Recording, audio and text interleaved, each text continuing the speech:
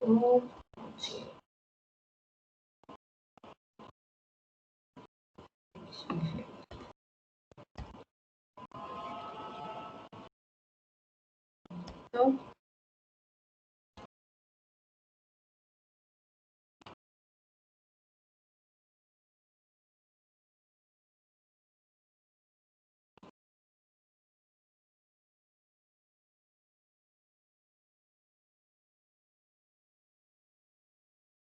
Professora, oi.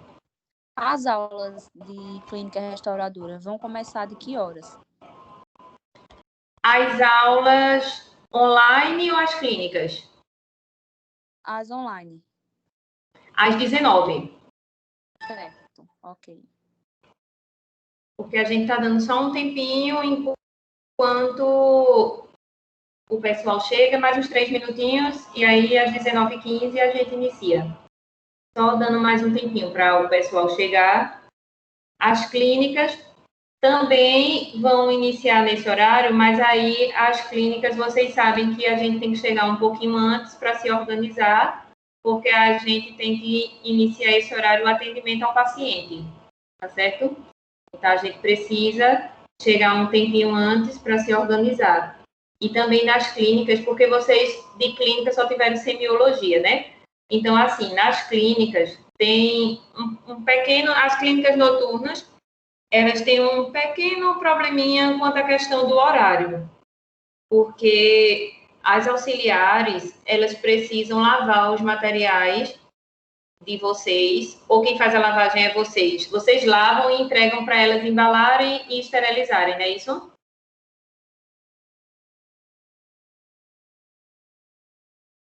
E aí elas precisam fazer essa parte antes de terminar o turno delas.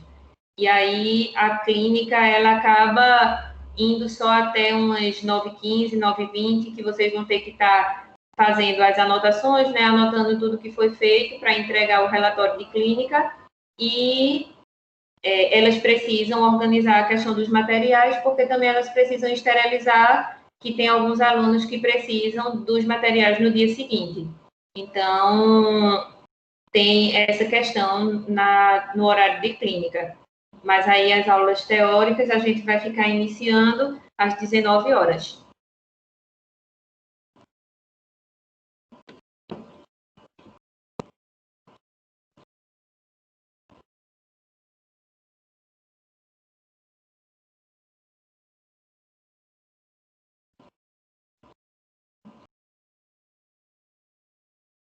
Então, tá falando aqui com o Micaele.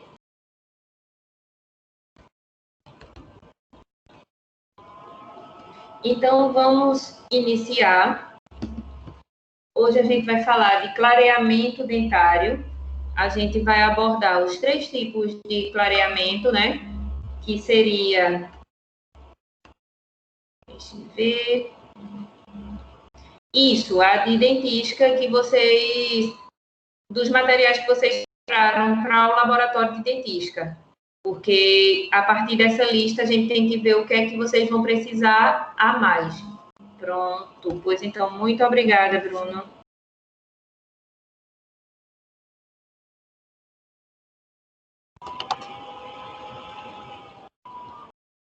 Prontinho.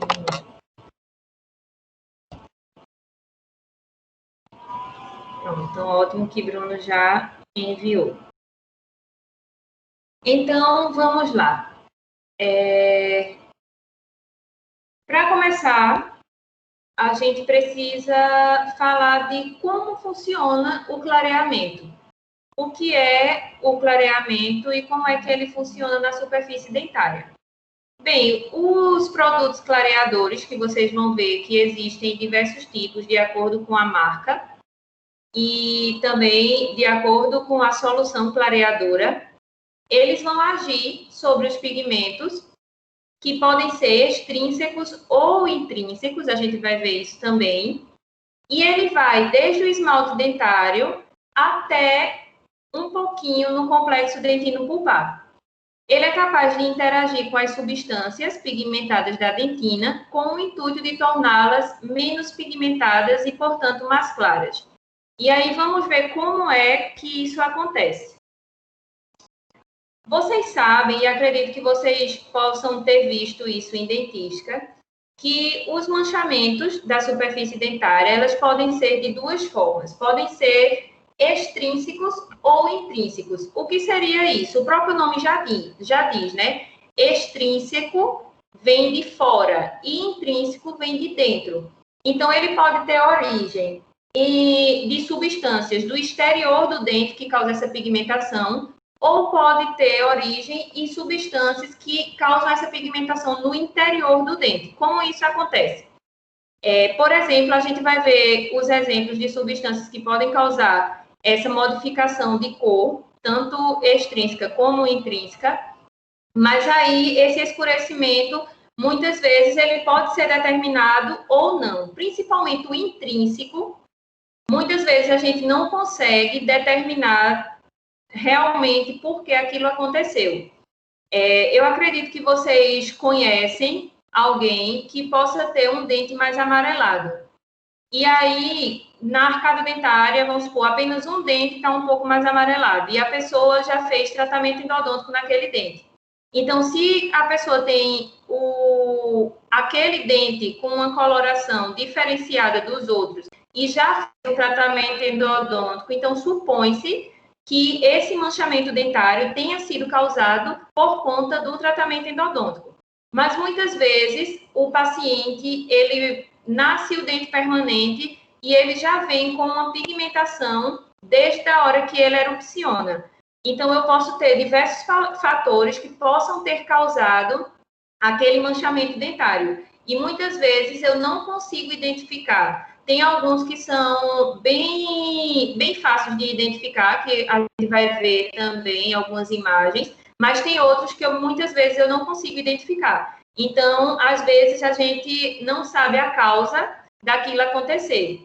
Por exemplo, alguns dentes permanentes, eles podem nascer com manchas brancas. E isso daí pode ser sinal de fluorose. Às vezes, a mãe lembra que o filho ingeria o creme dental com flúor.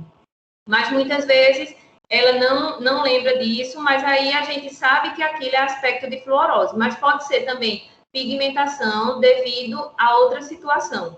Então, quando a gente não consegue identificar o motivo daquela alteração de cor,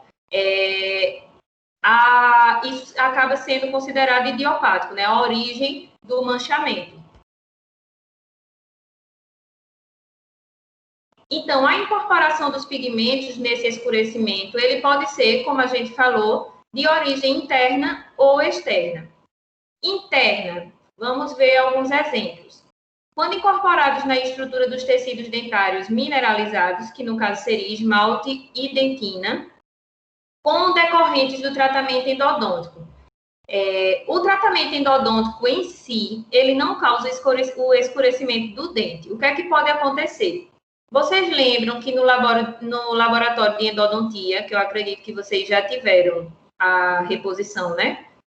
Então, em endodontia, quando a gente vê o corte do cone do interior da câmara pulpar, a gente fala o seguinte: tem que se cortar o cone rente à entrada do canal. Por quê? Porque a gutta-percha, ele é um material sólido e que no interior dele, ele contém óxido de zinco, né, que é o que dá a radiopacidade do material. Se eu não corto rente à entrada do canal radicular, se eu fico com gutta-percha exposta dentro da minha câmara pulpar, eu posso ter, quando a luz incidir nesse meu dente, um escurecimento mais próximo da minha raiz. Então, muitas vezes tem paciente que tem canal no dente, né, no elemento dentário, e tem um manchamento meio amarronzado próximo à gengiva. Isso pode se dar por conta do material obturador. Eu também posso ter um manchamento decorrente do cimento endodôntico. Por isso que é necessário, quando finaliza, né, que fez o corte do cone, que fez a condensação vertical, e a gente finaliza o canal, a gente fazer a limpeza da câmara pulpar. Então, a gente tem que remover todo o cimento da câmara pulpar, porque se a gente fecha e ainda contém cimento no interior da câmara, eu também posso ter um manchamento dentário. Nesse caso, se o cimento ele fica dentro de toda a câmara pulpar, esse meu manchamento vai ser um pouco maior, né, na região do dente. Não vai ser somente localizado próximo à gengiva. Posso ter também um escurecimento mais amarronzado, derivado também de sangue. O que é que acontece? Quando a gente vai fazer o tratamento endodôntico de um dente vital, né, um dente que está vivo, de polpa viva, quando a gente faz a abertura, a gente vai encontrar o quê? O conteúdo vai ser sangue, né? Porque ali dentro tem os vasos sanguíneos e as terminações nervosas.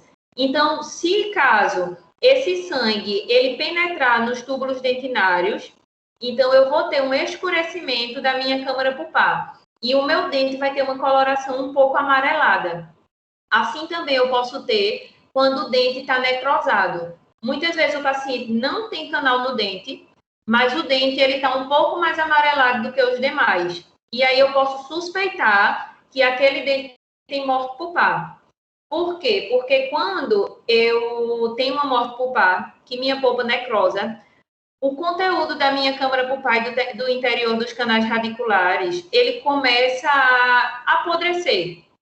Por isso que quando a gente abre um dente que ele teve morte pulpar, ele não sangra, e o conteúdo que eu removo de dentro é um conteúdo escurecido. Ele é um marrom meio preto, que é o conteúdo que necrosou. Ou seja, antes os nervos e os vasos sanguíneos que estavam ali no interior do meu canal radicular, ele morreu, necrosou e ali virou produto de bactéria. Então, quando vocês removem, vocês veem que parece uma lamazinha, é como uma lama preta. E isso daí também causa escurecimento. Por isso que muitas vezes o paciente não fez o tratamento endodôntico, mas mesmo assim ele tem o dente escurecido. Então, eu posso suspeitar.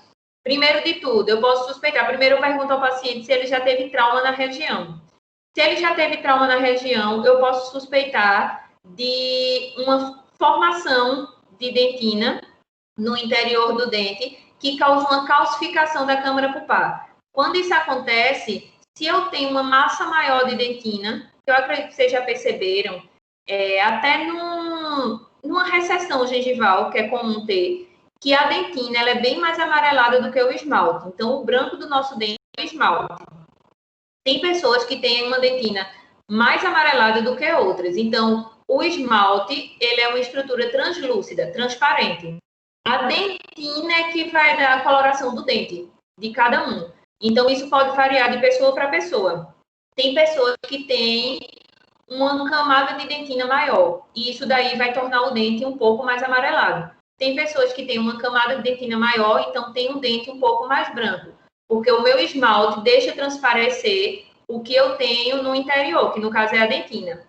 Quando o dente ele sofre uma pancada, o que é que acontece? Muitas vezes, uma reação da polpa dentária é fazer a aposição de dentina, é criar dentina, que é como uma forma de proteção. Eu acredito que vocês lembram que na teoria de dentística, quando se fala em cimento de óxido de zinco, o que a gente quer fazer é justamente isso, uma posição de dentina. Lembram que nas cavidades profundas, quando vai fazer, a gente pode fazer um curativo que coloca o óxido de zinco e o zóio para que haja um distanciamento da polpa daquela região mais profunda e uma aposição de dentina que é chamada de dentina terciária.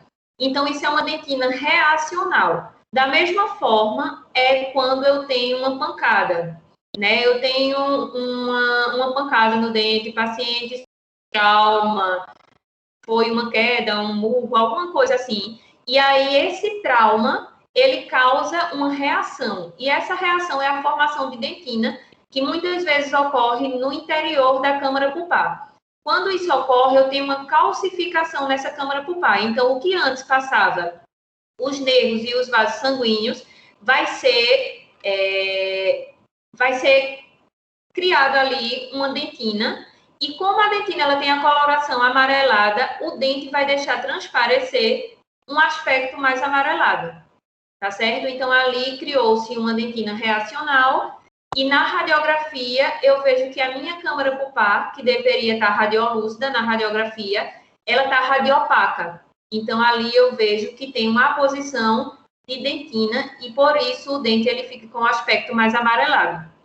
Então, endodonticamente, eu posso ter essas alterações de cor devido a esses motivos.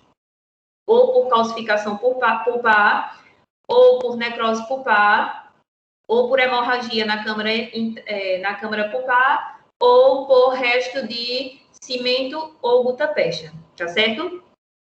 Uso sistêmico de tetraciclina. Eu não sei se vocês chegaram a ver já terapêutica medicamentosa ou interações medicamentosas, como isso afeta a formação do dente, mas a tetraciclina, ele é um antibiótico que quando ele é tomado por crianças que estão na fase de odontogênese, eles podem causar um escurecimento do dente.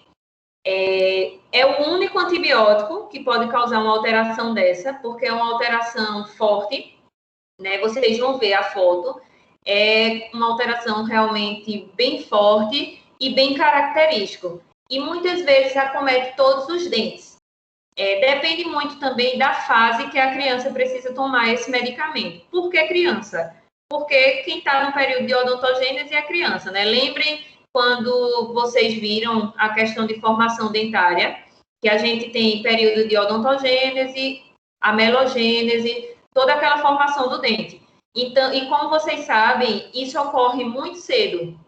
Então, assim que se formarem os dentes descidos, que começam a erupcionar, já começa a formação dos dentes permanentes dentro do osso, não é isso?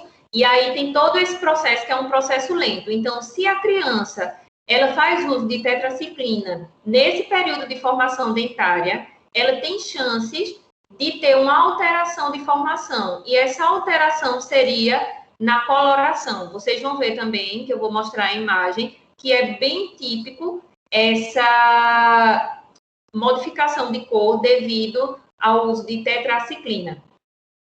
E também teria como uma alteração intrínseca a fluorose, que foi o que eu comentei também com vocês. Hoje em dia, se vê menos casos de fluorose porque se orienta mais, não é verdade? Mas em alguns países que ainda tem água fluoretada e muitas crianças ingerem essa água fluoretada, pode vir os dentes com as características de fluorose, que a fluorose seria a mancha branca. O que a gente não pode é confundir a fluorose com mancha branca ativa. Elas até se parecem, mas a diferença das duas é que, ao secar o dente, a fluorose ela continua brilhante. Já a mancha branca ativa, que eu acredito que vocês viram isso em dentística, ela fica opaca. Mancha branca ativa é desmineralização, início de lesão cariosa. Mancha branca que está ali brilhosa, superfície brilhosa, geralmente é fluorose.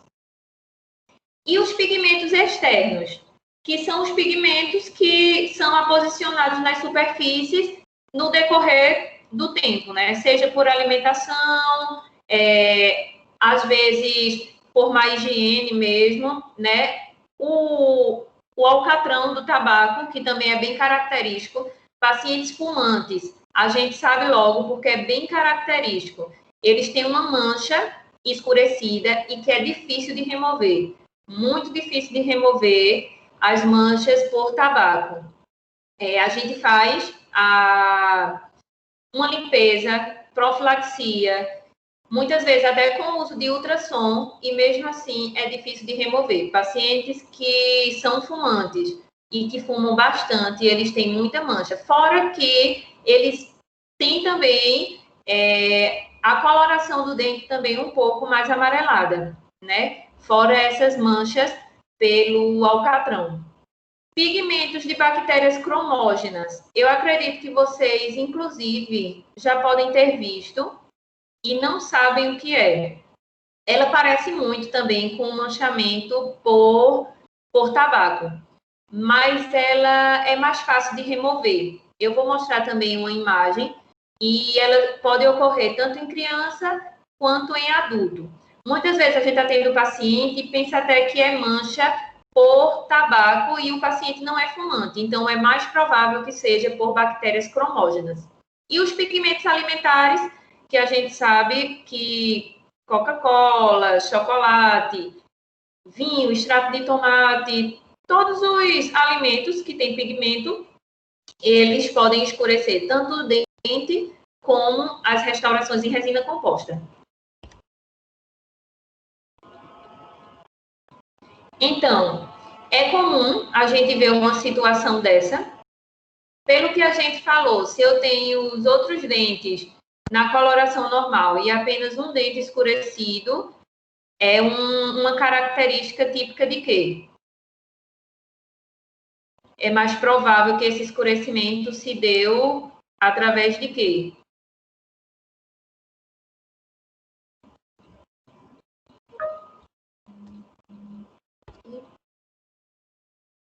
Isso. Ou tratamento endodôntico ou algum daqueles fatores que a gente falou relacionado com a parte endodôntica, né? Mas por essa coloração, isso pode ser por trauma, tudo aquilo que a gente falou, pode ter sido trauma, pode ter causado calcificação pulpar, pode ter sido resto de material obturador, todos aqueles fatores que a gente falou. Então, isso daí é característica de uma pigmentação intrínseca. Não foi alimento que causou essa situação. Provavelmente foi um desses fatores intrínsecos relacionado à parte endodôntica, né? A parte de câmara pulpar e canais radiculares. Esse daqui é um caso clínico de um artigo e esse daqui é um caso de tetraciclina, manchamento por tetraciclina. É bem comum porque vocês percebam que acomete todos os dentes. E é uma coloração bem forte, é uma coloração marrom acinzentado e ela é bem forte e bem típica. Esse caso daqui, a foto à esquerda é o inicial do paciente e a foto à direita é após o clareamento dentário. No caso do endodôntico, sim, a gente vai ver mais para frente, João Paulo, que a gente pode fazer o clareamento interno, quando eu tenho o tratamento endodôntico. Eu posso fazer o clareamento interno, clareamento externo ou associado, no caso de ser apenas um dente escurecido. Nesse caso daqui, foi feito o clareamento somente na arcada superior, para se notar a diferença, né, de cor. E aí, embora não consiga clarear para ficar um dente super branco, feito conseguiria no paciente que não tivesse essa quantidade de manchas, mas aí é uma clareia assim, fica bem mais agradável, né? Muitas vezes o paciente que tem uma condição assim de tetraciclina, ele precisa fazer facetas. Mesmo após ter clareado, ele precisa fazer facetas, por conta que, mesmo que ele consiga clarear, mas algumas partes ainda vão ficar com manchas, tá certo? Como a gente pode ver, né? Os centrais estão um pouco mais brancos, mas aí os caninos e os laterais na parte cervical estão um pouco mais amarelados. Então, assim, para um tratamento realmente satisfatório em relação à questão estética, seria necessário fazer faceta. Por que não lente de contato? Quando eu quero uma resolução em relação à cor, a lente de contato ela é muito fina, porque a diferença da faceta para a lente de contato é exatamente isso. Ambas são de cerâmica, sendo que a lente de contato são extremamente finas. Por isso que o nome, porque ela se assemelha a uma lente de contato do olho, né? Mas aí ela é extremamente fina, uma película bem fininha de cerâmica. E a lente de contato, ela veio meio que em substituição à faceta, nos casos que queria somente estética. Porque ela precisa de um desgaste menor. A faceta, por ela ser mais grossa, ela precisaria de um desgaste maior dentário. Sendo que quando eu tenho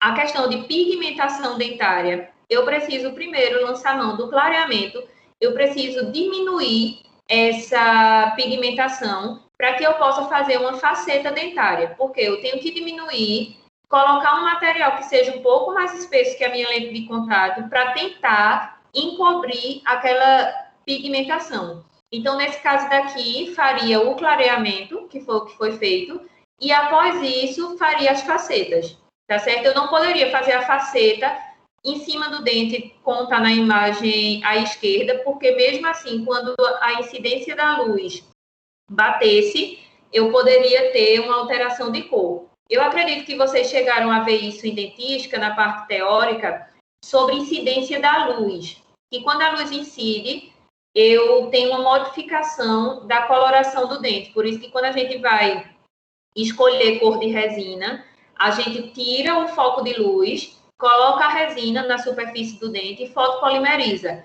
Por quê? Porque quando eu estou com a luz incidindo, eu visualizo uma coloração. Se eu tiro a luz e observo o dente na coloração, na luz ambiente, eu tenho uma alteração da cor do dente. Se eu fotopolimerizo a minha resina, eu tenho uma alteração da cor da resina. Por isso que quando a gente vai fazer uma restauração, a gente, para escolher a cor, tira o foco de luz, coloca as resinas que a gente acredita que dê para aquele dente na superfície do dente e fotopolimeriza para que a gente consiga ver, depois de fotopolimerizado, qual a resina que mais se assemelha à cor do dente. Esse daqui é muito comum, assim, se vê em alguns pacientes. Hoje nem tanto, por conta, como eu disse a vocês, que tem uma orientação maior, mas essas manchas brancas. Notem que nessa imagem o dente não tem saliva em cima, ou seja, está seco. E mesmo assim eu continuo vendo uma superfície brilhante.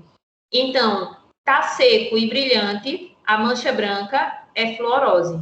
Está seco e opaco, a mancha branca é mancha branca ativa, né? Que é o início da cárie, é desmineralização de esmalte.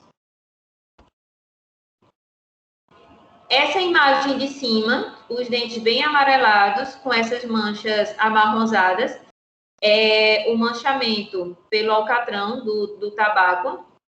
Novamente, eu dizendo, essas manchas são terríveis de remover, são bem chatinhas de remover, até com ultrassom, é sofrido, leva bastante tempo.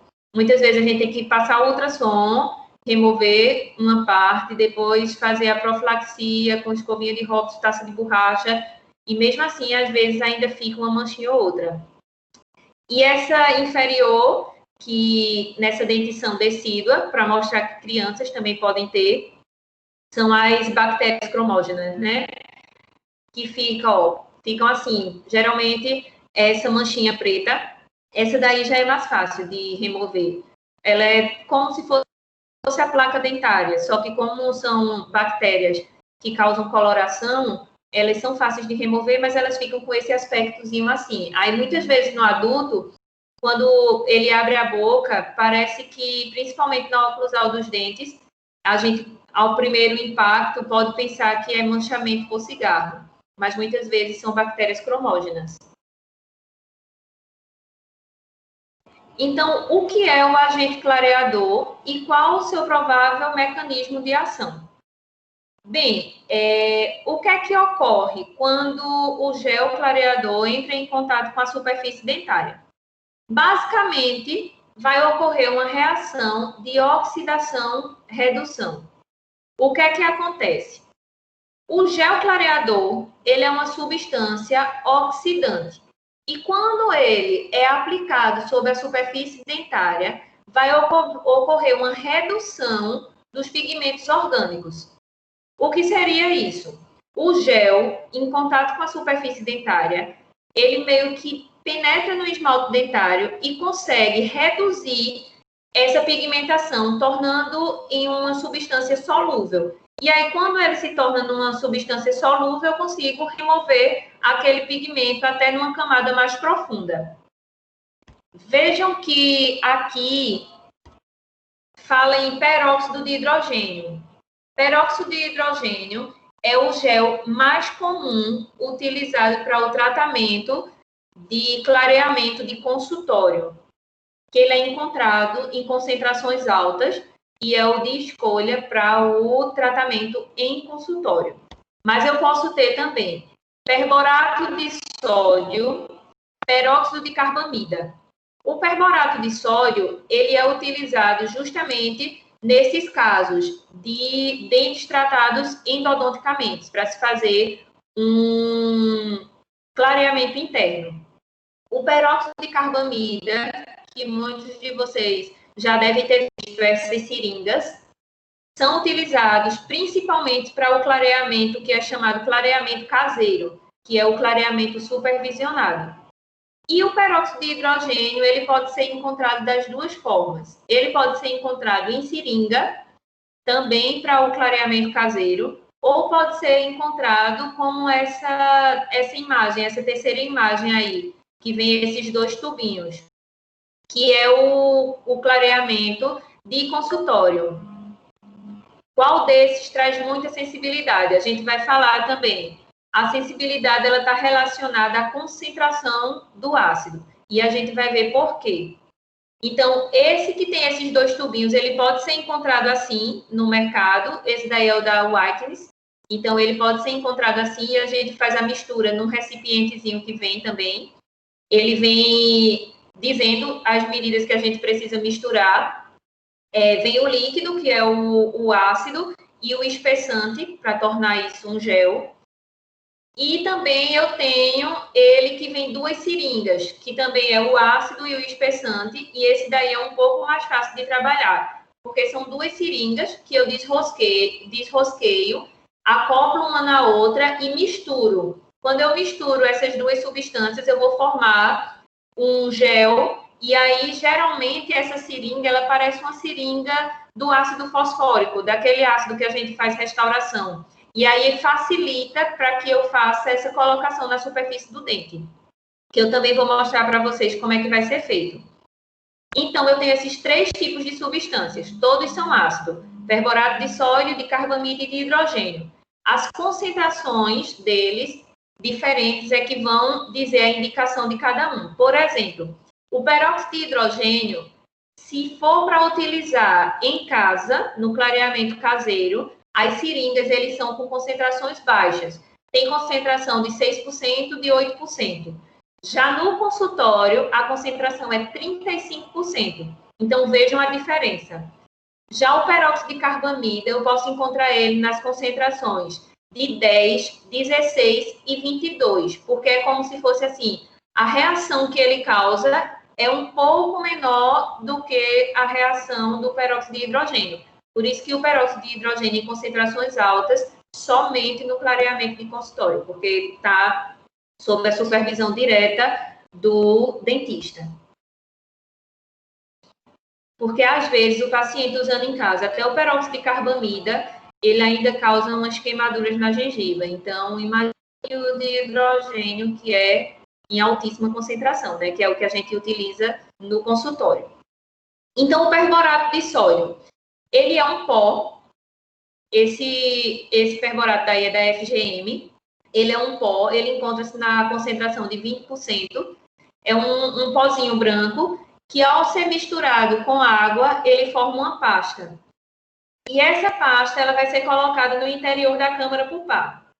Sendo que, para fazer o clareamento interno, primeiro de tudo, eu tenho que ter tratamento endodôntico no dente. Então, tem que ser um tratamento, tem que ser um dente tratado endodonticamente. Tem o tratamento endodôntico, eu tenho que fazer um selamento da minha gutta-percha, para que o meu gel clareador, né, que no caso a pasta clareadora, ela não penetre no interior do meu canal radicular e acabe causando alguma alteração no meu tratamento endodôntico.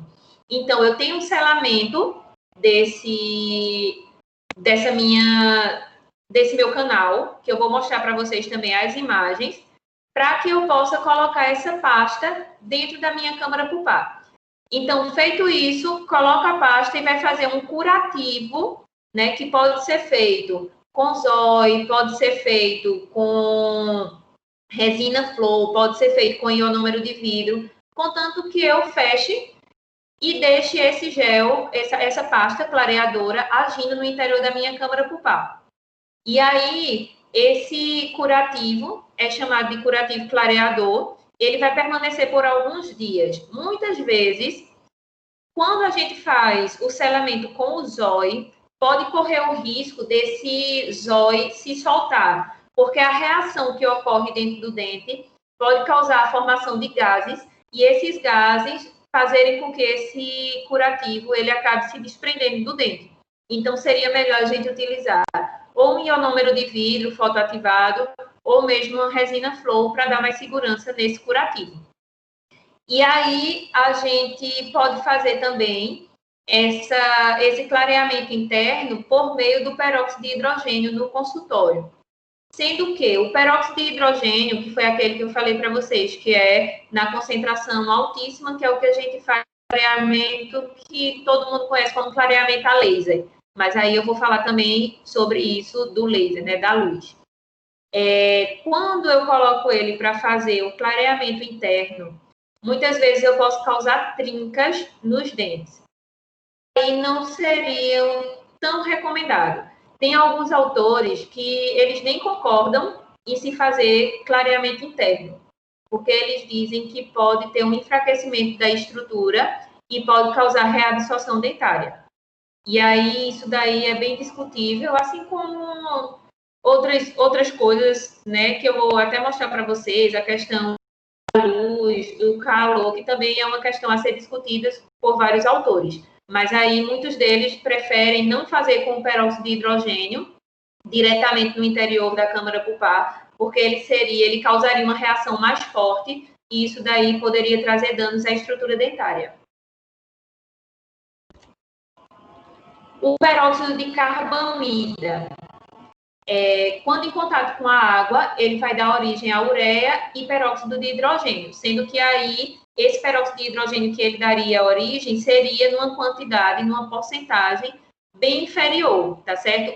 Para cada 10% de peróxido de carbamida, vai se formar 3,6 de peróxido de hidrogênio. Então, no momento que eu estou utilizando uma seringa de peróxido de carbamida a 10%, eu posso dizer que eu estou utilizando 3,6% de peróxido de hidrogênio. Então, é uma quantidade bem pequena. A ureia vai dar origem à amônia e dióxido de carbono, ajudando assim a manter o pH alcalino e potencializa a ação do clareador.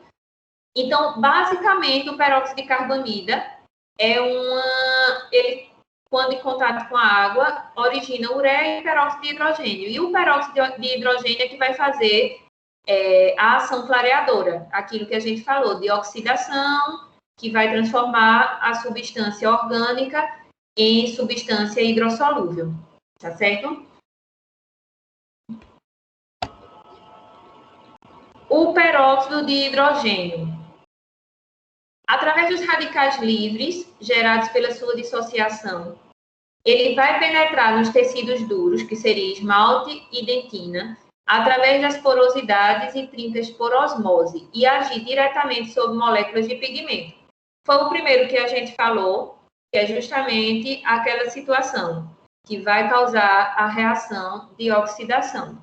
Então, vejam que o peróxido de hidrogênio é como se ele fosse o chave, assim, de fazer a questão da função clareadora, tanto que o de carbamida ele vai se transformar também em peróxido de hidrogênio. E aí o que vai diferenciar são as concentrações, e a partir dessas concentrações é que a gente vai falar agora a questão de sensibilidade. Por que causa a sensibilidade? Como escolher a concentração do gel ideal? Justamente isso que a gente vai falar. Quanto maior essa concentração, maior vai ser essa pressão osmótica sobre o dente. Então, assim, se eu tenho um gel de 22%, eu vou ter uma concentração maior também quando ele se dissociar em ureia e peróxido de hidrogênio, e aí eu vou ter essa reação osmótica. E quanto maior for essa reação, maior será essa difusão do peróxido de hidrogênio para dentro da estrutura. Então, assim, por que o gel com uma concentração maior clareia mais? Digamos que o gel com uma concentração maior, ele penetra mais fundo no dente. Aí, como é que eu vou escolher essa concentração? Geralmente, eu, particularmente, no meu consultório, eu costumo escolher da seguinte forma. Eu costumo escolher uma concentração para os dentes superiores e uma para os dentes inferiores. Por quê? Alguém sabe dizer qual o sentido que isso teria?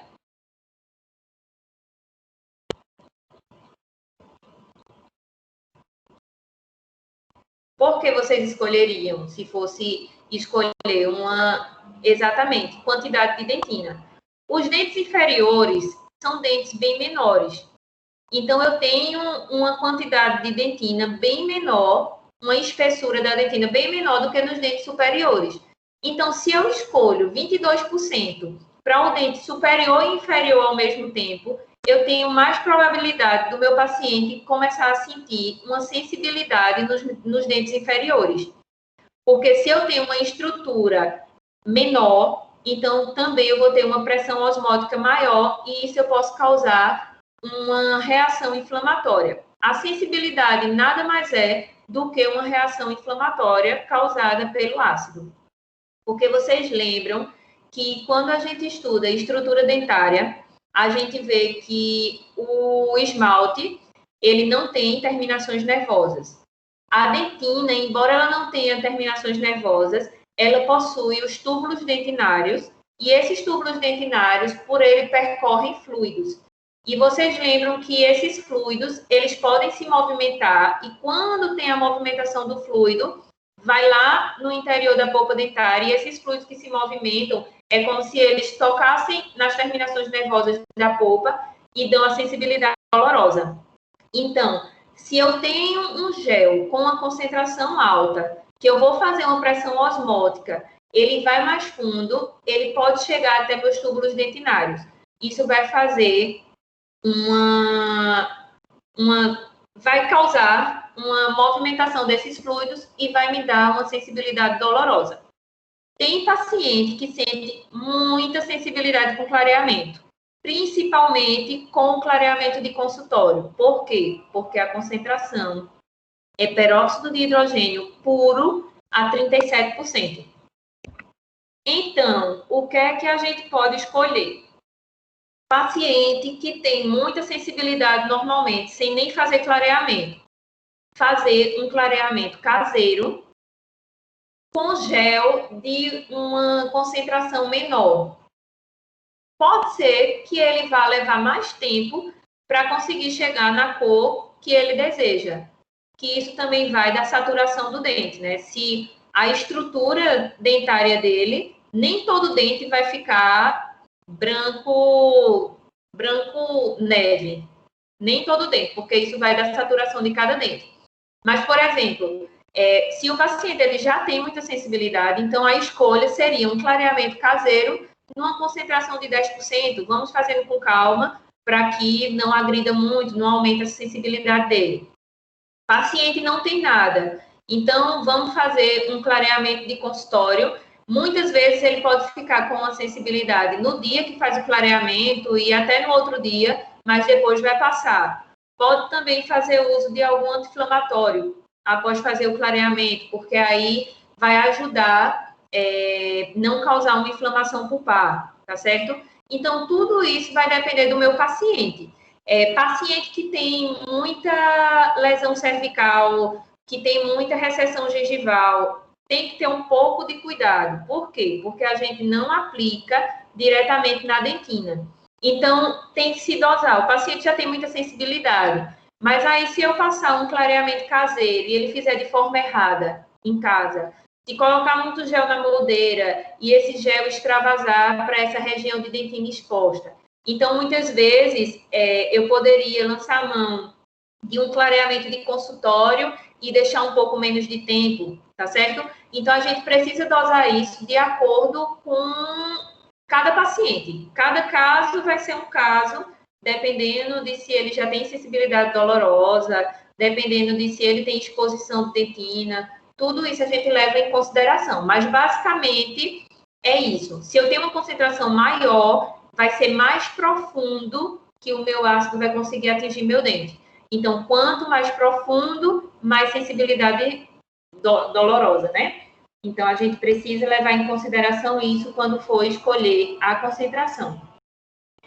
Quem nunca ouviu algum paciente, é porque vocês ainda não tiveram contato com o paciente, mas eu acredito que vocês já ouviram em casa, com parentes, alguém dizer, eu não faço clareamento porque enfraquece o dente. Tipo, é verdade que isso acontece? Não.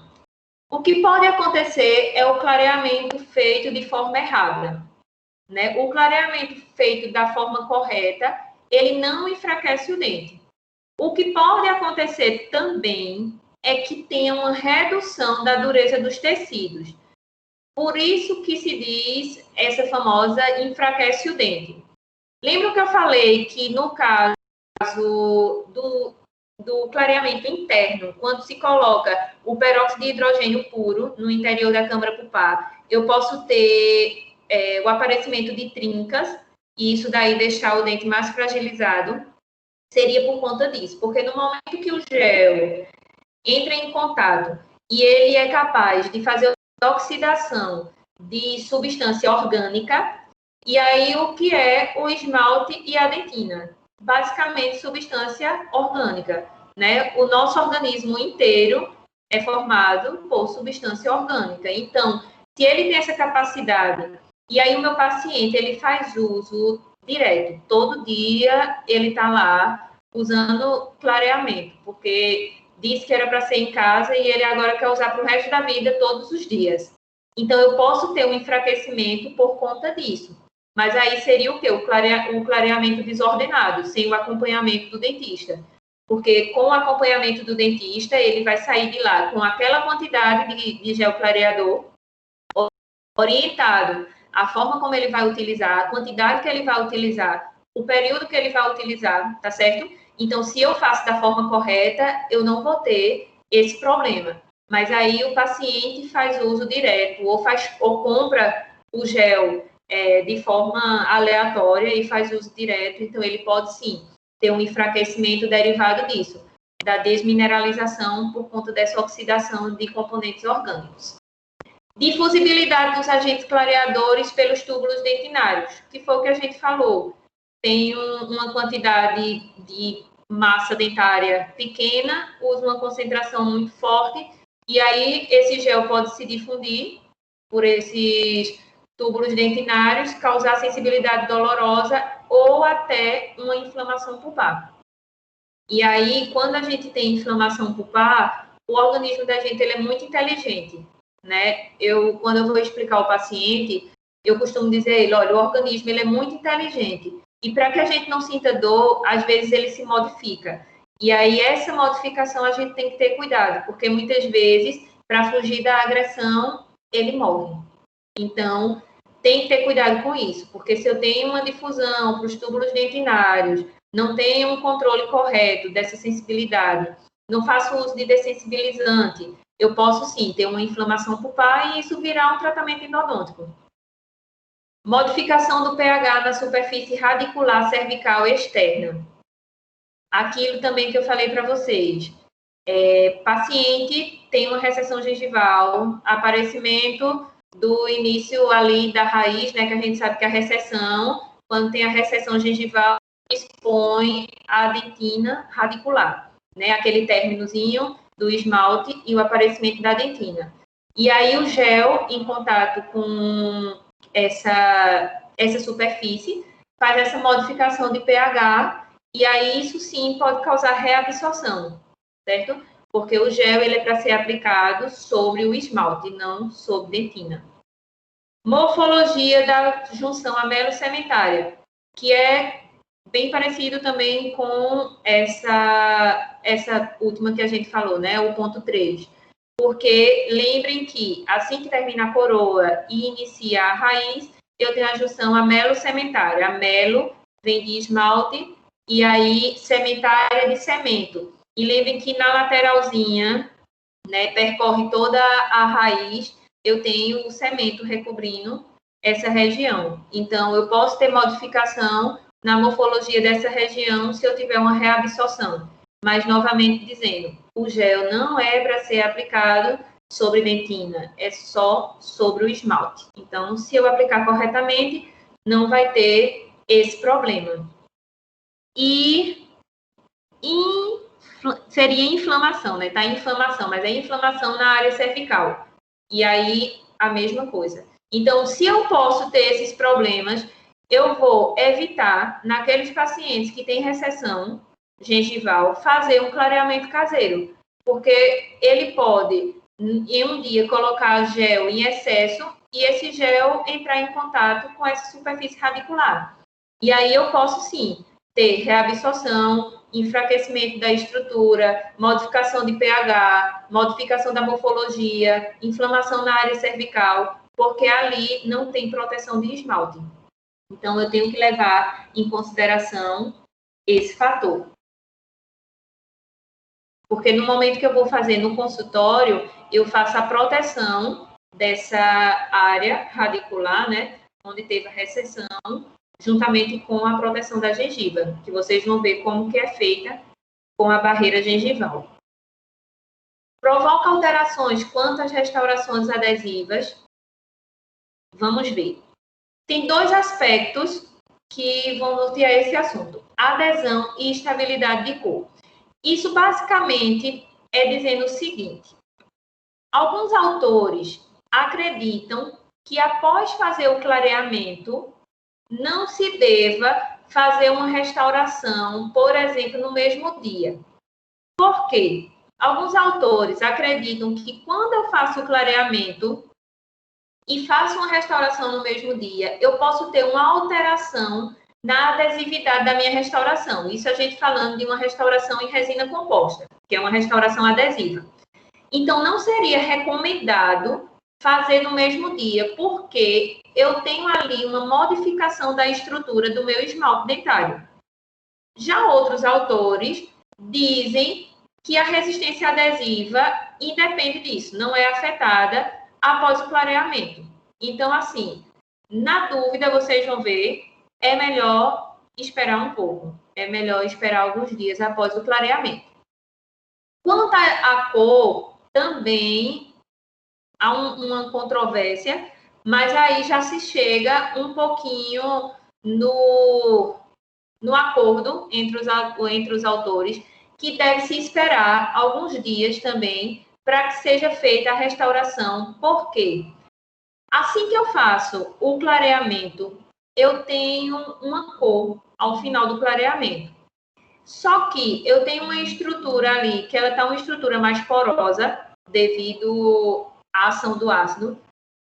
E eu posso ter uma estrutura um pouco mais clara do que o que realmente ela vai ficar depois que ela for hidratada. Hidratada até pela própria saliva.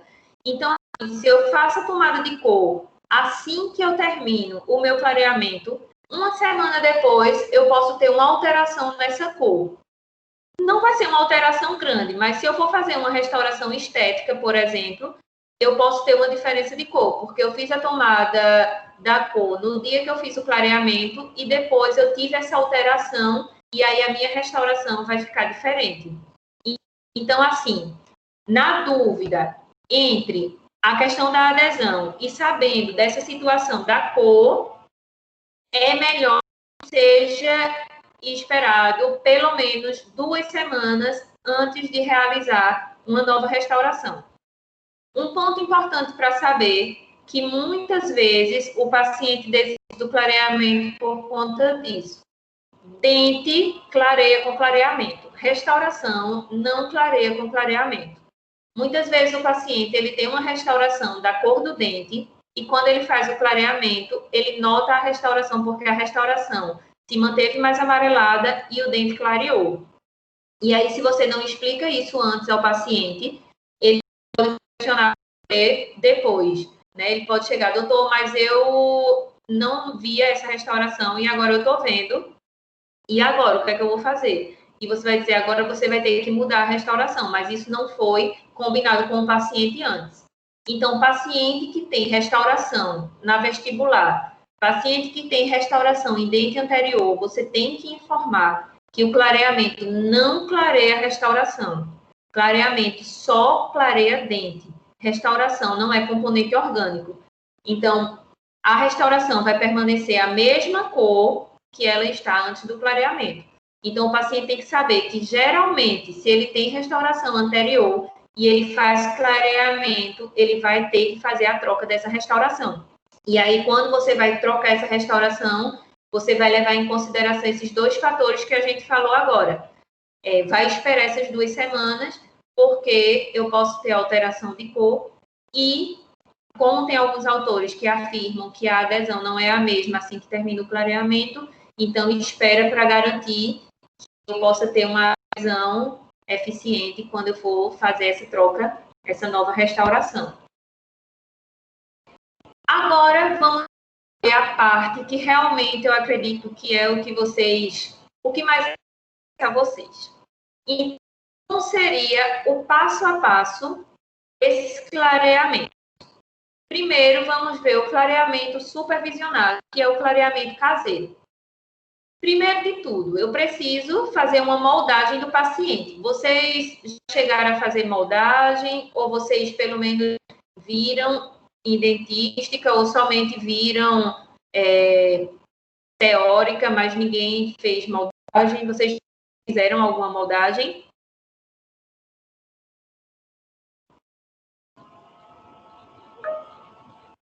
Pronto, ótimo que vocês já fizeram. Então, fez a moldagem do paciente, a gente vai obter o modelo de gesso e vai fazer as plaquinhas de clareamento. Isso é com alginato mesmo. Vocês vão fazer a moldagem com alginato.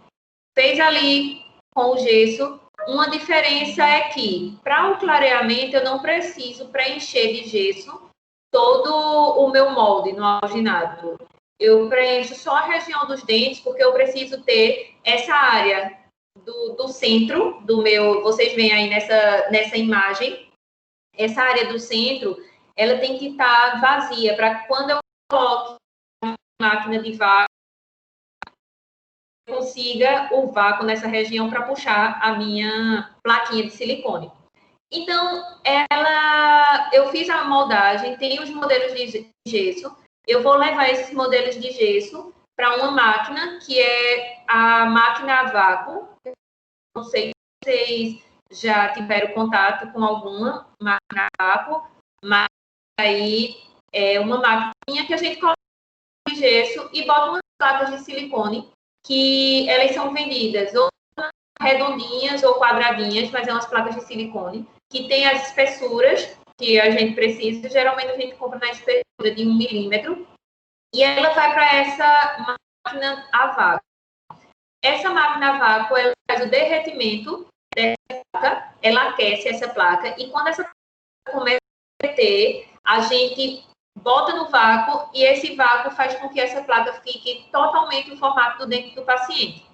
E aí ela vai dar origem a esses moldes, que a gente remove do modelo, corta direitinho no formato dos dentes, e esses moldes serão os moldes que o paciente vai utilizar o gel clareador.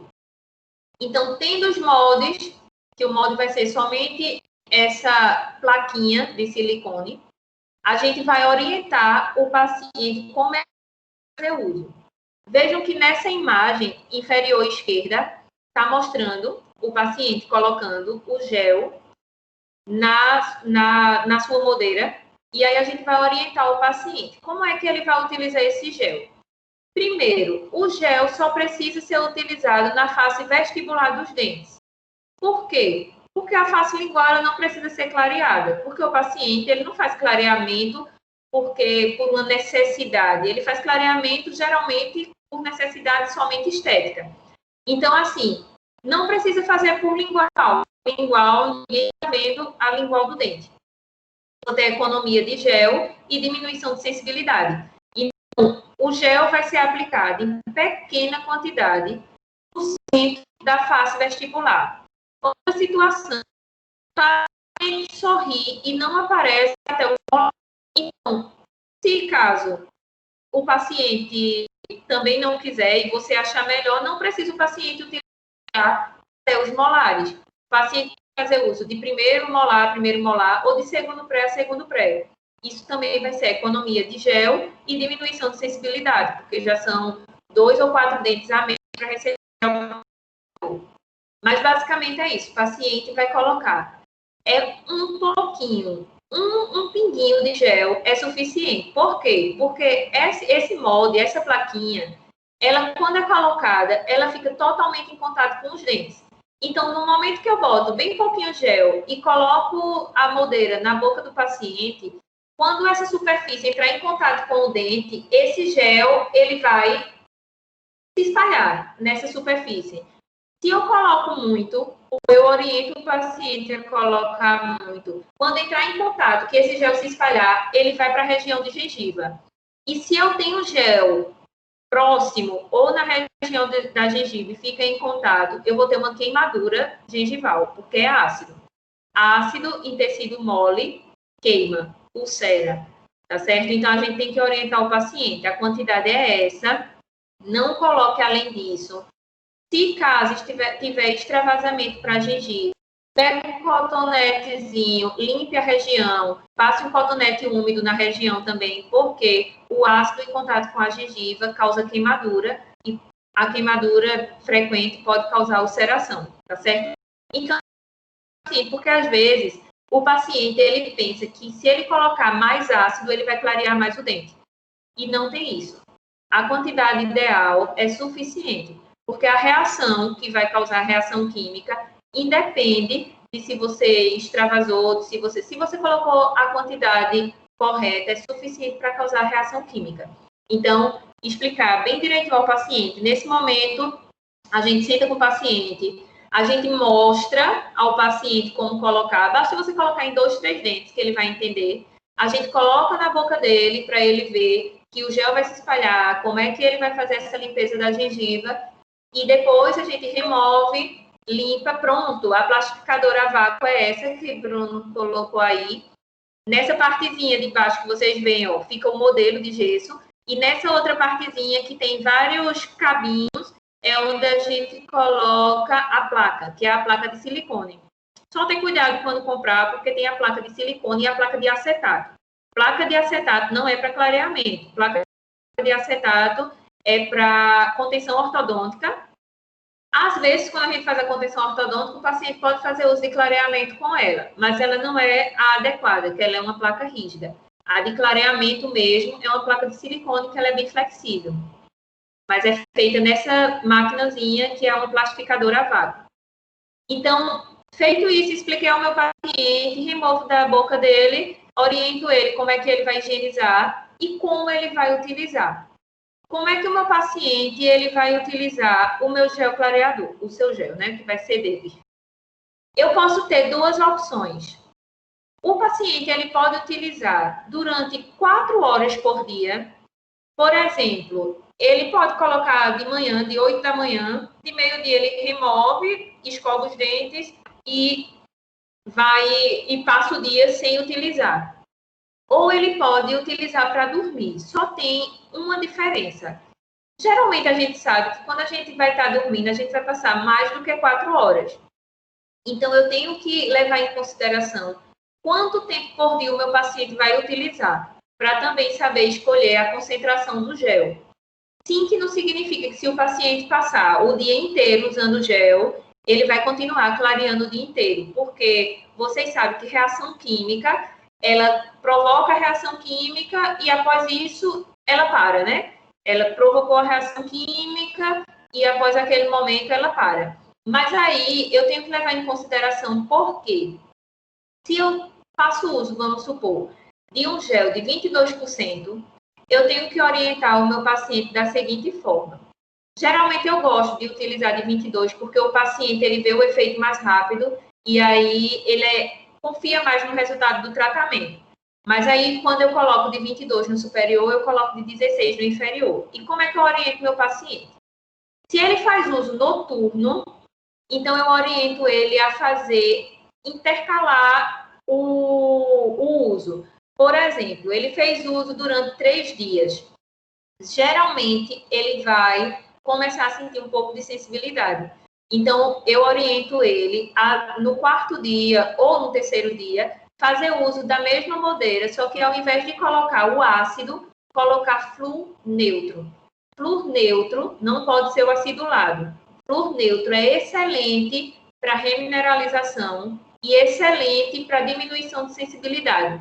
Então, eu sempre oriento você dar uma seringa de flúor neutro ao paciente, e aí ele utiliza intercalando o gel com o flúor neutro, porque aí você vai garantir que esteja havendo uma remineralização e uma diminuição de sensibilidade para que não haja uma agressão pulpar, tá certo? Mas aí eu costumo orientar os meus pacientes e eles preferem utilizar à noite, porque muitos pacientes acham ruim ficar com a placa, ficar falando no trabalho, isso e aquilo outro, então eles preferem fazer uso à noite. Mas eu costumo orientar dessa forma para que não haja agressão pulpar. Então, o paciente colocou, notem mais uma vez que na primeira imagem superior esquerda, notem mais uma vez os pinguinhos de clareamento. Somente um pinguinho no centro da face vestibular. Nesse daí, a gente observa que ela foi de primeiro a primeiro molar. Vocês estão vendo? Então, só um pinguinho, não precisa mais que isso. Porque vejam que na segunda imagem, que é a superior direita, quando coloca, eu tenho o espalhamento desse gel. E somente esse pinguinho é suficiente para se espalhar por toda a superfície. Tá certo? E aí o paciente fazendo uso e o paciente já com os dentes clareados. Geralmente, quando a gente vê assim em artigo, que isso também é uma imagem de artigo, eles fazem muito, porque como eles querem fazer comparação de cor, eles fazem muito o clareamento só do superior ou só do inferior para que eles notem essa diferença de pergunta. Quanto tempo vai levar para branquear? Depende. Depende do branco que ele quer. Porque, por exemplo, às vezes 5 dias o paciente já nota uma diferença incrível com o clareamento caseiro. Às vezes, outros pacientes vão demorar um pouco mais que isso. Por exemplo, eu tive o caso aqui de 2 primas que vieram fazer clareamento comigo. O de uma, nosso dente dela ficou que quando ela passava na rua, todo mundo perguntava aonde ela tinha feito aquele clareamento. E o da outra, com o mesmo gel, a mesma concentração, a mesma orientação de uso de horas, não ficou a mesma coisa. Então, isso vai variar, porque certamente pode usar quantos dias? Vou falar, Daisy. Certamente, aquela paciente, a prima que não clareou igual a outra, que ficou quase branco neve, que estava chamando a atenção em todas as fotos, a estrutura dentária dela é diferente. Então, assim, clareou, mas não ficou branco neve feito a outra. Em relação aos dias, geralmente, uma seringa, se o paciente utilizar certinho, ela vai durar em média uma semana e meia. Eu costumo orientar, porque na verdade, quando você vai fechar o kit de clareamento, você já fecha com a quantidade de seringas, geralmente 2 ou 3, vai da escolha do profissional. Eu costumo orientar os meus pacientes a utilizarem 2 seringas. Depois de utilizar as 2 seringas, eu mando eles guardarem a terceira seringa, porque ela tem que ser armazenada na geladeira. Manda eles guardarem a terceira seringa. E, por exemplo, paciente fez o clareamento agora. Estamos em setembro, em agosto, né? Estamos quase em setembro. Final do ano, o paciente tem uma formatura. E aí ele quer estar com os dentes branquinhos. Então, antes da formatura, ele passa 3 dias utilizando e ele vai estar com os dentes branquinhos na formatura. Então, eu geralmente oriento o paciente a fazer isso. Utilizar 2 seringas. E aí, 2 seringas vai depender a quantidade de dias de acordo com a quantidade de gel que o paciente usa. Se o paciente fizer corretamente, cada seringa aí vai durar uma semana e meia.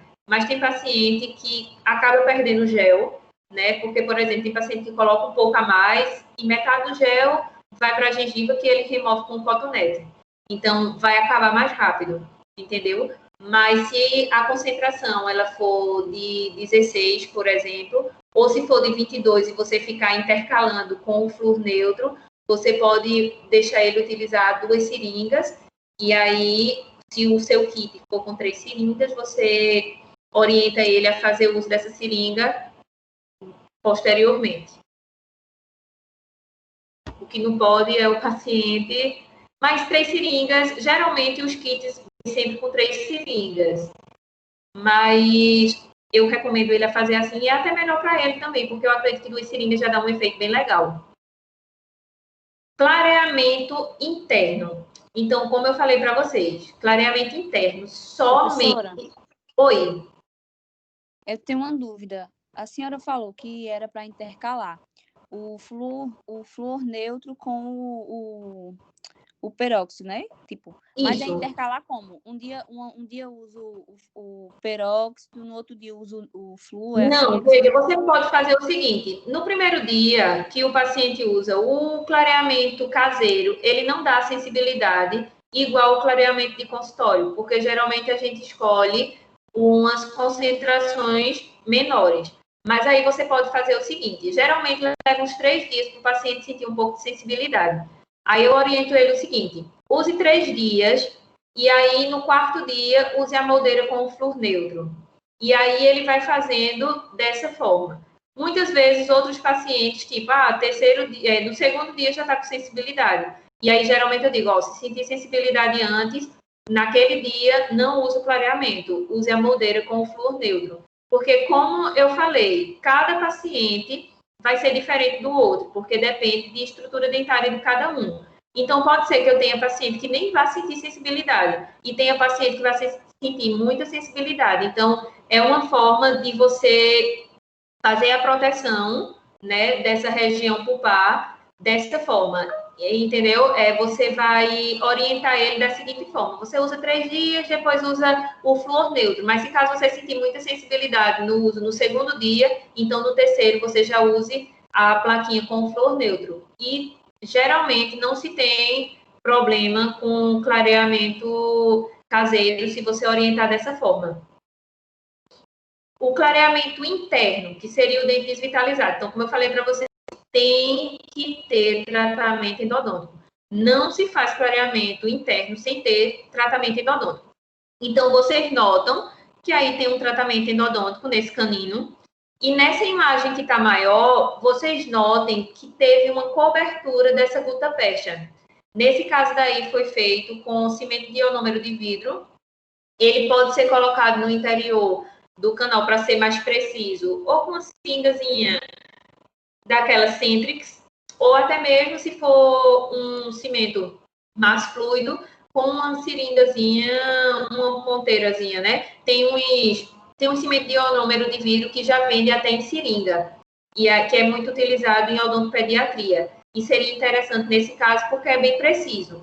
Porque o cimento de ionômero de vidro espatulado, ele fica um pouco mais difícil da gente colocar no interior da câmara pulpar, porque muitas vezes a gente vai colocar e mela todas as paredes, tá certo? Então, seria mais adequado um que a gente conseguisse colocar diretamente com uma ponteira ou que já venha uma seringuinha para ficar mais fácil. Então, colocou o ionômero de vidro, né? Pode ser o fotoativado, que também facilita, porque aí a gente fotoativa e ele endurece rapidamente. Ou pode ser o quimicamente ativado, a única questão é que tem que esperar ele endurecer, senão também vai causar reação quando colocar o perborato no interior. Esse aqui é o perborato. Lembrem que eu falei essas imagens de baixo, tá? Em cima é o ácido normal, o ácido fosfórico, e o adesivo normal, de restauração. E aí eu vou falar por quê. Porque nesse caso daqui vai ser colocado o curativo com resina flor. Mas aí embaixo eu tenho o pó, que é o perborato de sódio, misturo com água e vai formar essa pastinha aí, que a gente tem nessa imagem, lado inferior direito. Feita essa pastinha, vou colocar no interior, que essa é a primeira imagem, coloco no interior e vejam aí, ó, resina flor. Eu não sei se vocês chegaram a ver sobre resina flor, mas a resina flor é uma resina fluida. É uma resina feita, uma resina de restauração, sendo que ela é fluida. Pronto, viram? Então, ela é fluida, então ela facilita. E aí, você coloca, por isso que nessa imagem daqui anterior, fez o preparo antes do dente com o ácido e o adesivo, porque ele ia receber a resina flor. E aí, você coloca o perborato no interior e fecha com a resina flor. Isso daí vai ser um curativo clareador. Ele está com o clareador dentro, fiz o curativo, marco para o paciente vir daqui a uma semana. E aí, daqui a uma semana, removo esse curativo, removo o material do interior do dente e verifico a cor. É necessário colocar mais um novo curativo clareador? Se for necessário, faço todo o processo novamente. Lavo, vejo como está o meu tampão. O tampão é aquilo que fez o selamento da gutta-percha. Vejo como está o meu tampão. Se for necessário, refaço meu tampão, coloco meu perborato, coloco meu curativo de demora e espero mais uma semana. E assim vai até clarear o quanto a gente quer. Sendo que eu posso acelerar fazendo também um clareamento externo. E aí seria uma associação. Eu removo o pigmento interno e externo ao mesmo tempo, e aí eu vou ter um clareamento melhor. Lembrem que eu falei, que eu vou mostrar também, que eu também posso fazer o clareamento interno com o peróxido de hidrogênio, porque esse que eu mostrei a vocês foi o perborato de sódio. Sendo que, levando em consideração aquela situação, dependendo da estrutura, porque muitas vezes o dente que foi feito tratamento endodôntico é uma estrutura fragilizada. Dependendo da estrutura, eu tenho que pensar se é viável fazer com peróxido de hidrogênio pelo risco de trinca, por conta que é um ácido com uma potência maior, digamos assim. E aí, mas eu posso fazer também. Aí vejam aí, fazendo o clareamento interno com o peróxido de hidrogênio. Mas aí, deixa eu falar uma coisinha para vocês que eu acho que, na verdade, não se faz muito. Por quê? Vocês vão ver que eu vou mostrar aí o clareamento de consultório, que para fazer um clareamento de consultório é preciso 40 minutos. Então, imaginem, para o dentista, o que é melhor? Fazer um curativo de demora com perborato e o paciente ir para casa, ou passar 40 minutos fazendo clareamento de um único dente, né? Porque, independente se você vai fazer da boca toda ou de um único dente, você vai passar os mesmos 40 minutos com o paciente na cadeira. Então, tem esse fator também, que é um fator determinante. Eu não costumo fazer clareamento com peróxido de hidrogênio, e um dos fatores é esse também, de tempo de cadeira, porque eu acredito que acaba se tornando inviável você passar 40 minutos com o paciente fazendo um clareamento interno. Então, eu prefiro fazer o com perborato, e quando eu preciso fazer um clareamento associado, que seria interno com externo, eu prefiro fazer o caseiro. Por quê? Eu oriento o paciente a fazer da seguinte forma. O paciente tem um incisivo central mais escuro. E aí eu fiz o clareamento interno, mas ele ainda ficou um pouco mais amarelado. E eu quero fazer associação com clareamento externo.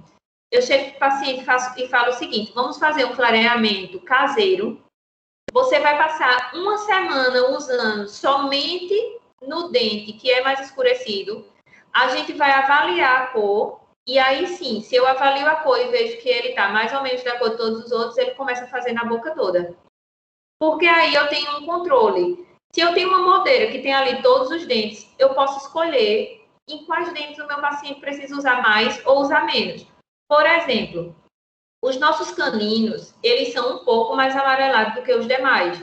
Por quê? Porque a massa de dentina, o volume de um canino é maior do que o de um incisivo lateral, por exemplo. Então, se eu tenho os caninos mais amarelados, eu posso fazer o clareamento caseiro em todos os dentes e posso utilizar...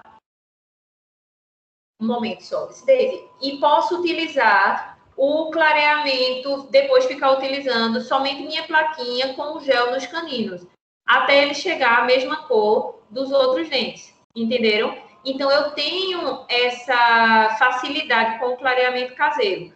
Com o clareamento de consultório, eu já não tenho tanto essa facilidade, porque eu vou aplicar na boca toda, e aí eu vou ter que ter esse tempo de cadeira, que é o tempo que o gel, o peróxido de hidrogênio a 37%, ele tem que esperar para agir, tá certo? Então, eu acredito mais quando eu preciso de um dente unitário no clareamento caseiro. Eu acho que é uma facilidade maior para o paciente. Deise perguntou, depois que se faz o clareamento supervisionado, após quanto tempo pode fazer de novo?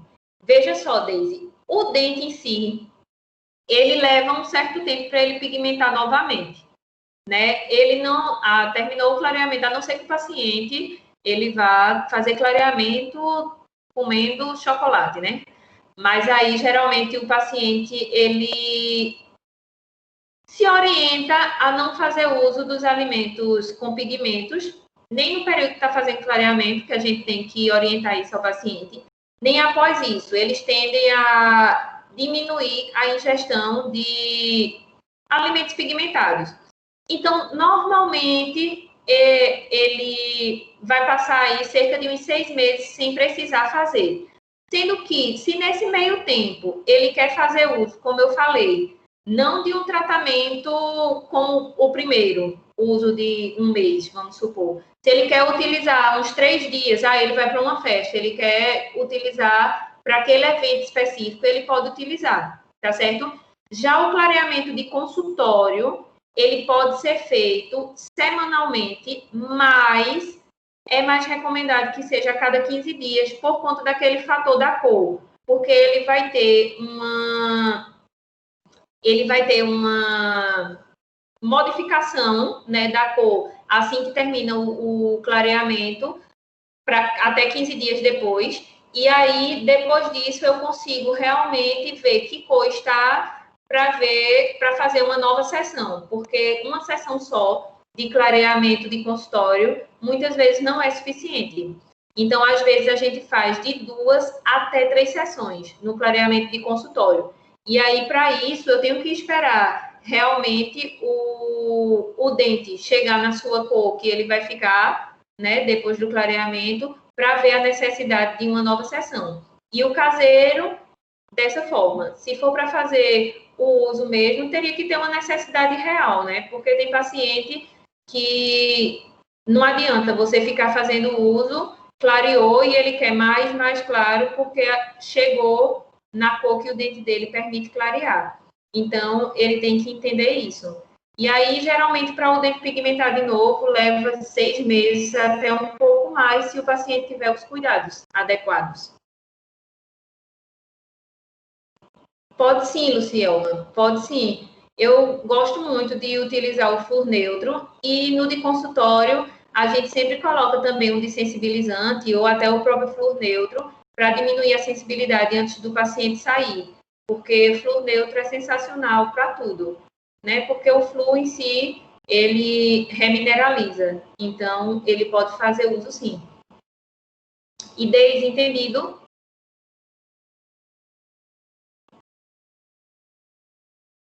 É porque Sim, tem paciente. professora, entendi. Obrigada. Nada. Tem paciente que ele vicia em clareamento e a gente tem que mostrar a ele que também não é assim. Essa minha paciente que eu disse que o dente dela fica branco neve, ela agora está com aparelho ortodôntico de porcelana e ela fica... Ainda está branco o dente dela, já faz mais de um ano, mas ela fica, eu preciso tirar para o pessoal voltar a falar dos meus dentes. Porque, sinceramente, o dente dela ficou mais branco que o da Xuxa, que é lente. Então, vamos agora para o clareamento de consultório. O clareamento de consultório é feito da seguinte forma. Limpeza dos dentes. Geralmente a gente faz uma profilaxia com pedra pomes. Por que com pedra pomes? Porque a pasta profilática, ela é oleosa. E geralmente quando a gente vai fazer algum procedimento após a profilaxia, a gente não recomenda utilizar a pasta profilática. A pasta profilática seria mais no caso de, fiz uma tartarectomia, vou fazer uma profilaxia e aplicação de flúor. Mas aí, por exemplo, eu quero fazer uma profilaxia de uma cavidade para uma restauração. Eu não vou utilizar pasta profilática, eu vou utilizar pedra pomes. Vou fazer uma profilaxia para colagem do aparelho ortodôntico. Vou utilizar pedra pomes. Tudo que vá interferir no que eu vou fazer posteriormente, eu vou utilizar pedra pomes, porque aí ela não tem a contraindicação. Já a pasta profilática, por ela ser oleosa, ela ter óleos na sua composição, ela não seria recomendada. Então, faz a limpeza dos dentes, faz uma profilaxia com a escovinha de Robson ou a taça de borracha e uma pedra pomes, né, a pastinha de pedra pomes. Vai se colocar o afastador de bochechas e lábios, que eu acredito que vocês também já viram, mas se não viram, eu vou mostrar, porque eu preciso que os dentes fiquem secos e também que o meu ácido não entre em contato com as mucosas, porque queima. Queima mesmo. Queima, fica branco, e aí vem sempre um líquidozinho que a gente pode aplicar nessas regiões que ficou branco ou que está queimando, que ele vai reverter a ação do ácido. Protetor gengival, que é chamado também de barreira gengival. Sempre que a gente compra o clareador, geralmente vem uma seringa, que é a barreira gengival. Ela normalmente é colorida, que a gente precisa colocar no contorno de toda a gengiva.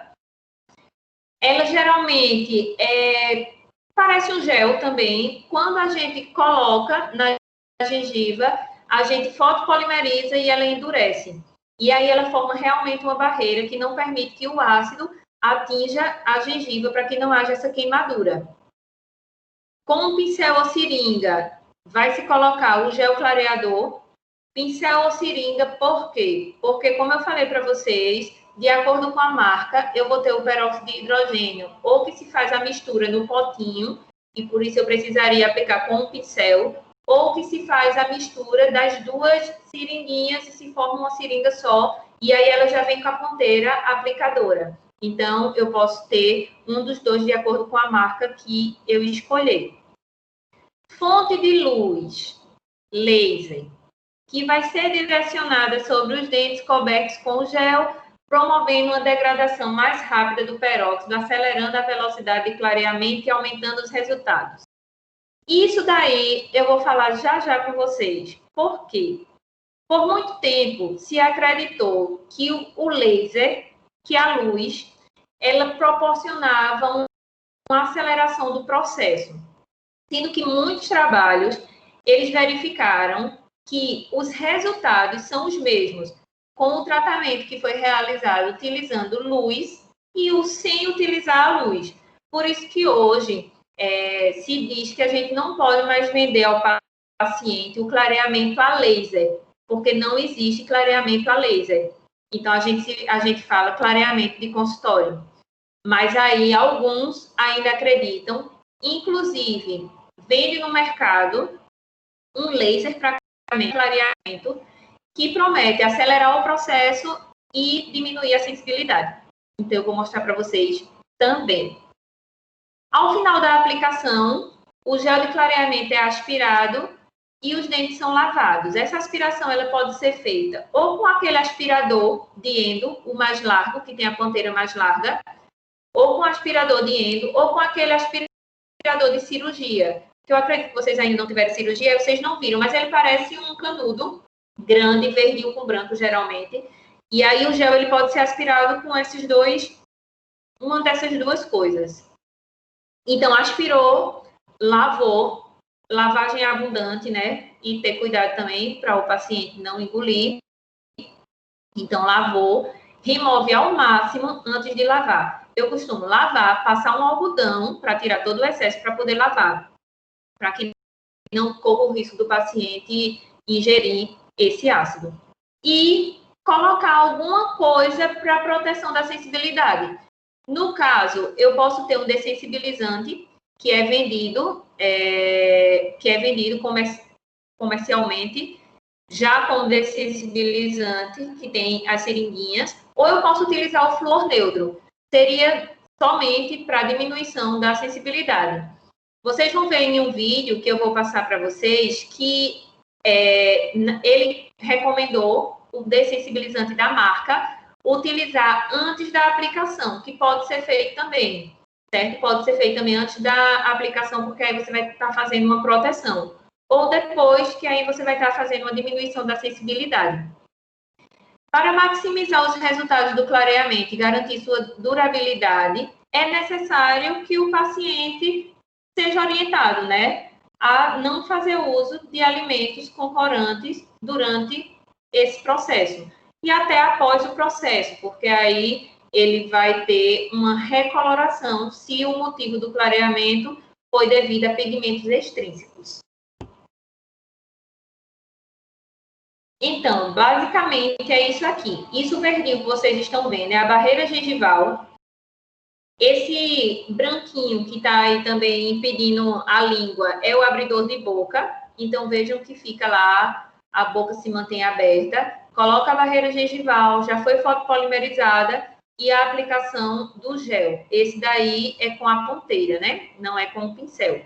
Então, aplicou o gel em todos os dentes, eu vou esperar o tempo necessário preconizado pelo fabricante. Geralmente são 40 minutos, mas vai depender muito da orientação do fabricante. Alguns, eles vão orientar a aplicação 20 minutos, remove o gel, aspira, lava e aplica novamente. Outros vão recomendar que aplique uma única vez e espere os 40 minutos. Tudo a gente vai ver de acordo com a preconização do fabricante, tá certo? Então, comprou, leia a bula e veja as orientações, porque isso daí vai variar de acordo com a marca que você comprar. Então, luz e calor. Isso daqui é uma coisa super discutida quando se fala em clareamento, porque, como eu disse a vocês, nessa imagem daí, esse equipamentozinho que está emitindo essa luz, ele é um equipamento comercializado, como eu falei para vocês, e ele promete acelerar o processo de clareamento e diminuir a sensibilidade. Sendo que, em alguns estudos, sempre se falava que tem uma tendência natural a ser mais eficiente a formação dos radicais livres quando se usa calor. Vocês sabem, se você pegar o fotopolimerizador que a gente utiliza para fotopolimerizar a resina, e vocês colocarem ele próximo da pele, vocês vão ver que a emissão da luz, ela traz também um aquecimento. Sendo que, embora esse calor ele seja capaz de fazer com que essa formação desses radicais livres seja mais eficiente, vocês sabem que tudo que gera calor, isso na cavidade dentária, né, na cavidade oral, nos nossos dentes, não é benéfico para a polpa. Porque a alta rotação, ela tem a água, né? Porque ela tem aquela irrigação. Porque eu não posso gerar calor na minha estrutura dentária. Se eu pegar a minha alta rotação sem a irrigação, então eu vou gerar calor e o meu paciente vai sentir dor, porque polpa e calor não se dão bem. Então, por mais que se viu que o calor ele era eficiente para acelerar o processo, o calor ele não é legal para a estrutura dentária. Então, não seria adequado por conta disso. E aí, alguns pesquisadores começaram a ver se realmente tinha uma interferência na qualidade final do clareamento dentário. E viram que não conseguiu se detectar uma melhora significativa. Então, eu gerar um calor que pode ser prejudicial à minha polpa dentária, não sem ter benefícios, então, melhor não gerar. Mesma coisa a fonte de luz. A fonte de luz, tiveram alguns trabalhos que fizeram o seguinte: colocaram a barreira gengival, colocaram ácido e fizeram uma proteção com uma silicona de adição somente de meia arcada e emitiram a luz. Quando emitiram a luz só pegou na outra meia arcada que ficou exposta. Passado o tempo do clareamento, né, do clareador agindo, quando eles removeram o gel, que fizeram a comparação, viram que o lado com luz e o lado sem luz tinha tido o mesmo resultado. Então, não notaram diferenças significativas. Então, isso daí se torna uma fonte de discussão entre os autores, porque alguns dizem que a luz é eficiente e outros dizem que a luz não traz uma diferença no final do tratamento. Alguns gels clareadores, eles têm a capacidade de mudar de cor quando eles terminam o seu processo químico. Por exemplo, tem gel que ele é verde e fica marrom. Quando ele fica marrom, aí significa que ele finalizou o seu processo químico. E aí, muitas vezes, quando a gente emite a luz, ele se torna marrom mais rápido. Então, aí, esse equipamento, ele diz justamente isso, que ele vai tornar mais rápido o clareamento de consultório, porque ele garante uma aceleração como é que posso dizer? Nesse efeito químico aí que precisa fazer, nessa reação, na reação química que é preciso se fazer, ele diz que ele vai acelerar o processo de reação química, então você iria diminuir o tempo do tratamento dentário. E com essa diminuição do tempo de tratamento dentário, eu teria também uma diminuição de sensibilidade. Então, essa é a proposta desse equipamento clareador. Diminuição do tempo de clareamento com diminuição de sensibilidade, porque uma coisa interfere na outra. Mas aí, alguns autores informam que a luz propriamente dita não vai interferir no resultado final. Então, assim, é questionável, né? E aí fica a critério. Tem dentista que até hoje usa luz. Tem dentista que não usa mais luz porque já foi visto que, independente de se usa ou não, os resultados são iguais. E aí eu vou tentar compartilhar para vocês aqui um vídeo rapidinho mostrando justamente fazendo o clareamento de consultório para que vocês vejam que é super simples, muito simples. Deixe-me ver.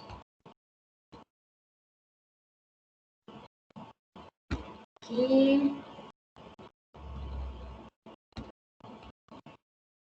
Vamos ver. Vocês estão conseguindo ver aí?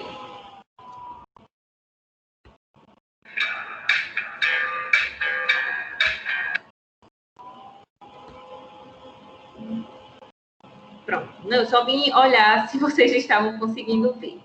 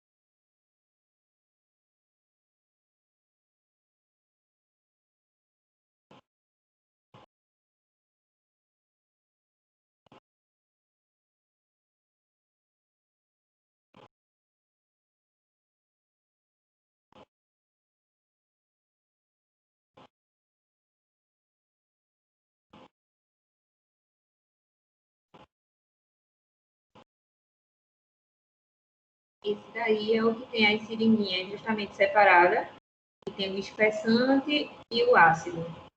E aí vejam que ela vem com isso daí, que é para acoplar uma seringa na outra para fazer a mistura.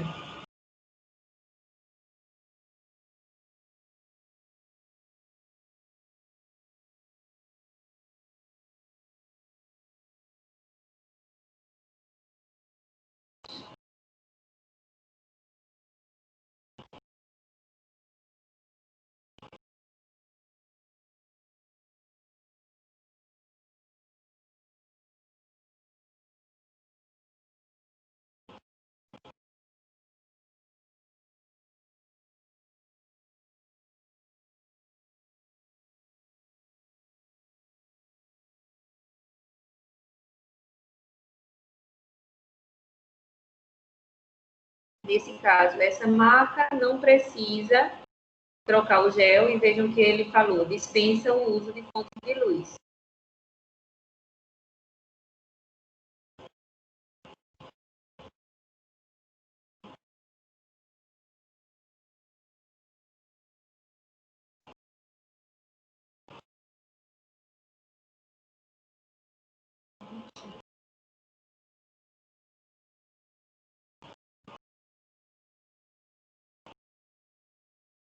Prontinho.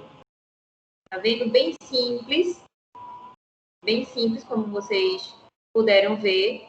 Vocês estavam escutando enquanto eu estava falando do vídeo, né? E a seringa que eu falei de acoplar. Então, essa daí é super fácil. Você acopla, faz aquela mistura ali de 8 a 10 vezes. Tudo isso o fabricante já vem especificando. Então, fez isso, aplicou, esperou o tempo, aí vejam que ali o fabricante colocou não necessário a utilização de luz e nem a troca do gel. Alguns vai dizer também que vai ser necessária a troca do gel a cada 20 minutos, então isso vai depender de fabricante para fabricante, tá certo? Então, é basicamente isso. Vocês têm alguma dúvida? É super fácil, né, de fazer, todo mundo vai fazer clareamento. Só se ligar realmente nisso. Clareamento caseiro, somente a questão de recomendações ao paciente, mostrar ele como fazer, quantidade de ácido. E o clareamento de consultório, o cuidado com a barreira gengival, para que não haja queima das gengivas ou das mucosas, né, da mucosa bucal. Esse abridor daí, para clareamento, ele é melhor, porque tem um abridor que não tem um abaixador de língua. Esse daí é melhor, porque tem paciente que tem uma linguinha nervosa e fica com a língua para tudo que é lado. E aí, esse daí deixa a língua do paciente em uma posição para que o paciente também não passe a língua do ácido, alguma coisa assim, para também evitar que ele queime, né? Então, esse daí, no final, ele diz que foram feitas 2 sessões, mas como eu falei para vocês, podem ser feitas até 3 sessões, tendo justamente aquele intervalo de 8 a 15 dias, mas aí se der para o paciente esperar, porque às vezes o paciente quer fazer uma reabilitação, uma coisa que ele quer mais rápido, entendeu? Mas aí se der para ele esperar, seria mais recomendado que ele esperasse uns 15 dias entre as sessões, mas que pode ser feito de 8 a 15 dias cada sessão. E aí até 3 sessões para ter um resultado legal, ok? Então, é isso. E aí, durante a semana, eu vou ver para mandar a lista por Micaele. Sim, na hora de colocar a barreira, tem que secar os dentes, senão ela não gruda.